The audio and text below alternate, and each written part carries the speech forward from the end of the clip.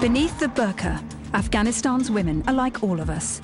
They love dressing up, weddings and family get-togethers. In the 70s, the veil was optional. Kabul's middle classes were more famous for their style and their parties. Then came the Taliban's medieval regime. These pictures of the execution of a nameless woman shocked the world. The US-led intervention after 9/11 was to get rid of the Taliban and terrorism, and to end the slavery of Afghan women. Britain helped put President Karzai in power to establish human rights and equality for men and women.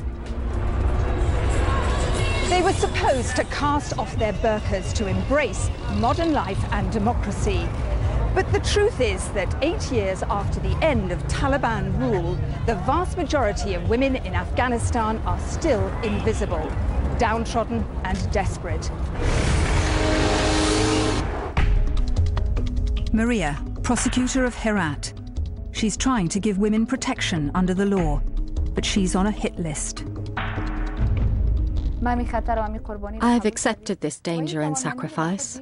I'm as strong as a man. Every morning when Maria says goodbye to her kids, she doesn't know if she'll see them again.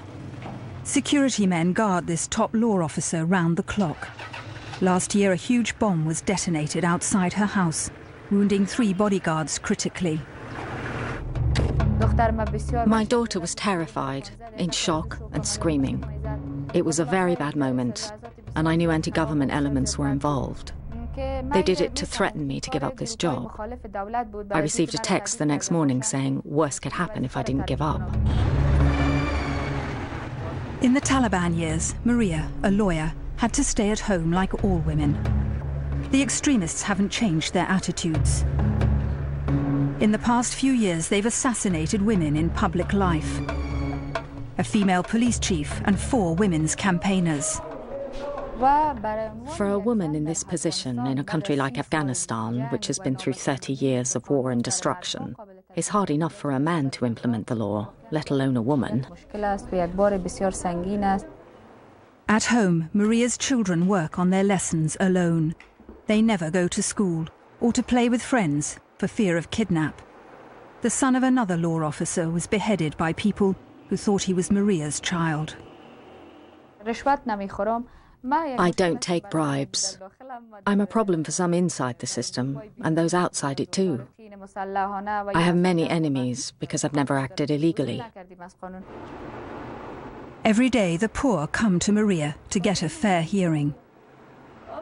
This woman wants protection from her husband, a heroin addict, who beats her and steals the money she gets from begging. 5 years after Karzai's government adopted a constitution based on equality, women still don't get protection from the law. The police are reluctant to investigate crimes against women, and when men are sentenced, male judges often reduce jail terms drastically. Unfortunately, the law hasn't been implemented properly, and there aren't qualified people in the police and judiciary, and there's corruption. Women don't have access to all these things, knowing people, bribing people, different ways of abusing the system. We have lunch in Maria's office. It isn't safe for her to go out. Her moral stance against corruption has increased her vulnerability as a woman in a top public position. The only thing that worries me as a mother is my children. They're losing the most precious time of their life and studies because of my position. I'm afraid that one day I might have to give it up for the sake of my children.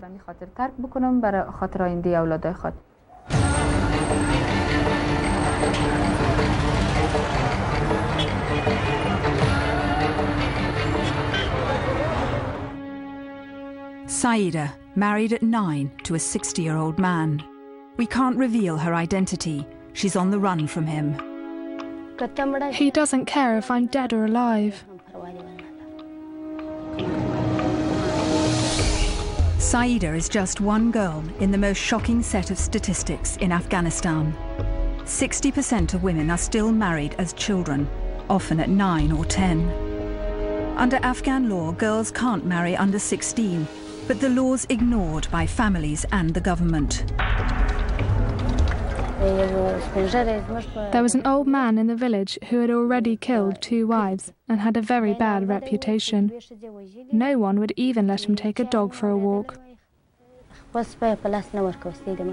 Saida's father died when she was little, and her brothers claimed her as their property. They sold her to the old man as his wife.